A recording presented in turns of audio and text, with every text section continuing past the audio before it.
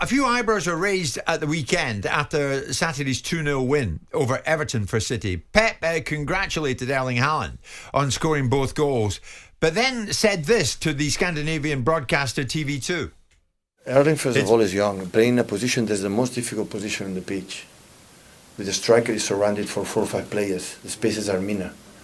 So in the first half, maybe we'll have a special delivery and players that talent like Kevin, for example, I can find him. And in that moment, because he's so young, in that moment it's been positive. It will come. He defined, for the goals. But it's not just that. As much he smiles, as much as so many games how doing and clapping, encouraging his mate in the first intensity pressure. This is what we need from Erling. He's huge competitor, want to score goals. Okay, I know that, we know that, so relax. If we don't score today or in 10 minutes, we'll score it in less than 10 minutes. It's not the second half. Now that was Pep speaking to TV2 after Saturday's 2-0 win over Everton. His body language in the first half was not good, and then he followed it up with that. Danny, where'd you go with that? I mean, this is Erling Haaland we're talking about. Pep saying there, Erling is defined on goals, but it's not just that. It's also about how he is clapping, encouraging his mates.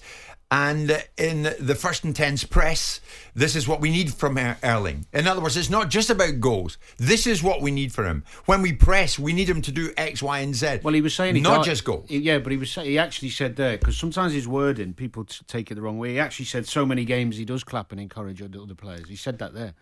He does do that. He's right. Maybe he was saying in the first half he wasn't quite at that, but that's fine because he's been out how many months?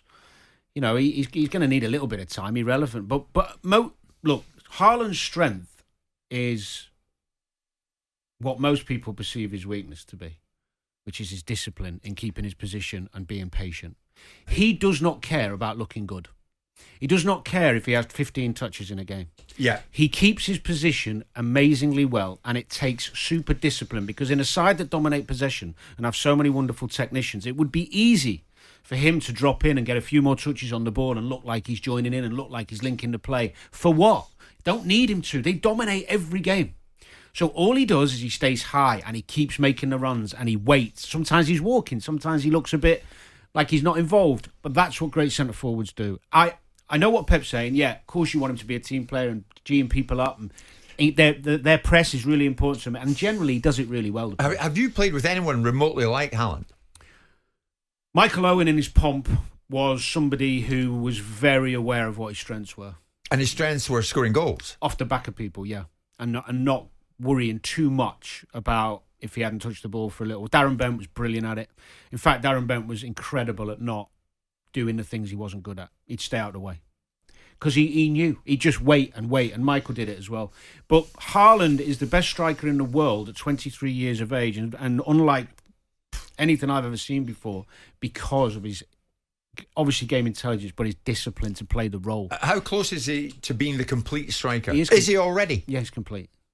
Well, what can't he do? The only thing you might saying that maybe work a little bit more on his right foot, but if you saw the finish against Everton, my God, that was on his weak foot. Nearly took the net off. But he doesn't score that many right-footed goals. He'll run round his right foot sometimes to bend them in with his left. So that would be the only small thing. But brilliant in the air, fast, strong, scores goals, disciplined, team player, humble, not a party boy. What more do you want? It's almost, Simon, as if they've got to pull the brakes on him, isn't it? He's a huge competitor, says Pep, who wants to score goals. I know that. We know that. So if we don't score, or if he doesn't score in 10 minutes, it's okay. Just relax. Yeah, I mean, it's got shades of his battle with Aguero and wanting Aguero. There was an argument about Aguero scored goals for fun. What else did he need to do? And there'll be an argument about the fact that Erling Haaland has the luxury of not having to do other things because he's playing in a side that's so unique that you don't have to ask him to do anything because the ball will eventually land where it needs to for him. He might then morph into other sides that aren't as good as Manchester City. It also feels like everything's focused on Erling Haaland. Erling Haaland is the centre of attention most of the time, and the expectation levels, alongside the management of the player and his outlook in the world, it feels like there's some wisdom being imparted from Pep to remind people that actually, I'm the manager of this team. It's my standards that are defined, not what you lot think of Erling Haaland, and not what Erling Haaland thinks of himself. It's what I think is good. It's what I think needs to be said at certain times. I don't think it's particularly acerbic.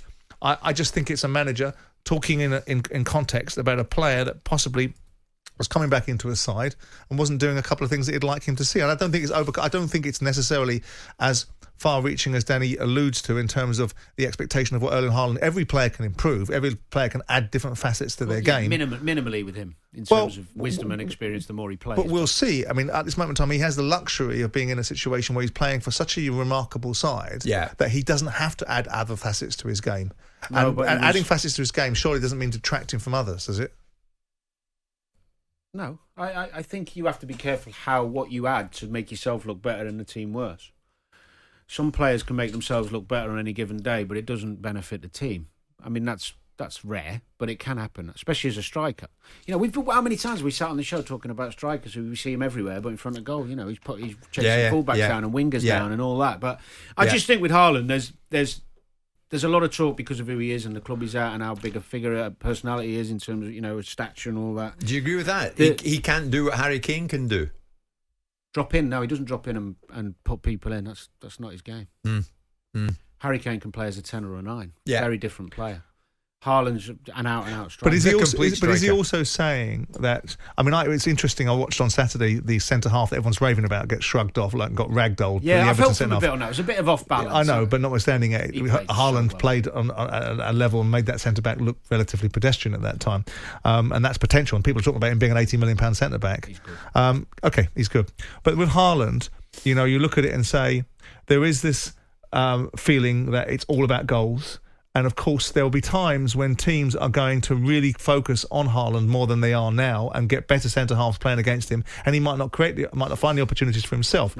And then, well, it may happen because, we'll see, won't we? Well, he scored the same level of goals every club he's been at. Understood, but notwithstanding that, there may well come times when we've seen the best players in the world being marked out of games. We've seen the best players. The best players in the world consistently score the same amount of goals. Granted, but there will be individual games, guaranteed dollars for donuts, where the best player on the pitch or the goal scorer gets marked out of the game. Now, what Pep could be saying is, in that instance, if you've got another part of your game which creates assists, you're moving off the ball, you're more worried about creating an opportunity for someone else rather than your goal tally. Because you're all about goals and all the media are interested in you. Is if Erling Haaland doesn't score, it makes the news, right?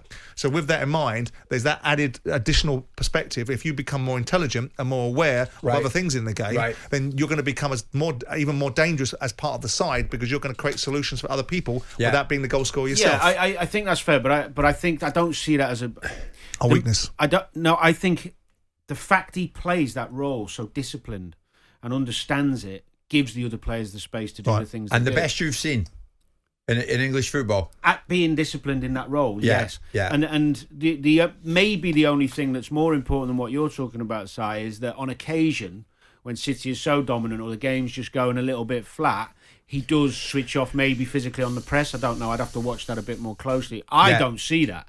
I think his work off the ball is really good. Yeah, I mean, I saw him recently smashing into someone. Remember, I think I had ding dong with someone, 2 or 3 tackles in the same. I think it was Godfrey a while back. Remember that one? I don't see a weakness in him. I mean, the line going across the bottom of your screen, if you're watching on YouTube and Facebook, how much better can Haaland get? Not much, I hope. Yeah, exactly. The mind boggles. Jim White and Simon Jordan. Monday to Friday mornings from 10 on AM, on DAB, via the talkSPORT app and on your smart speaker. talkSPORT.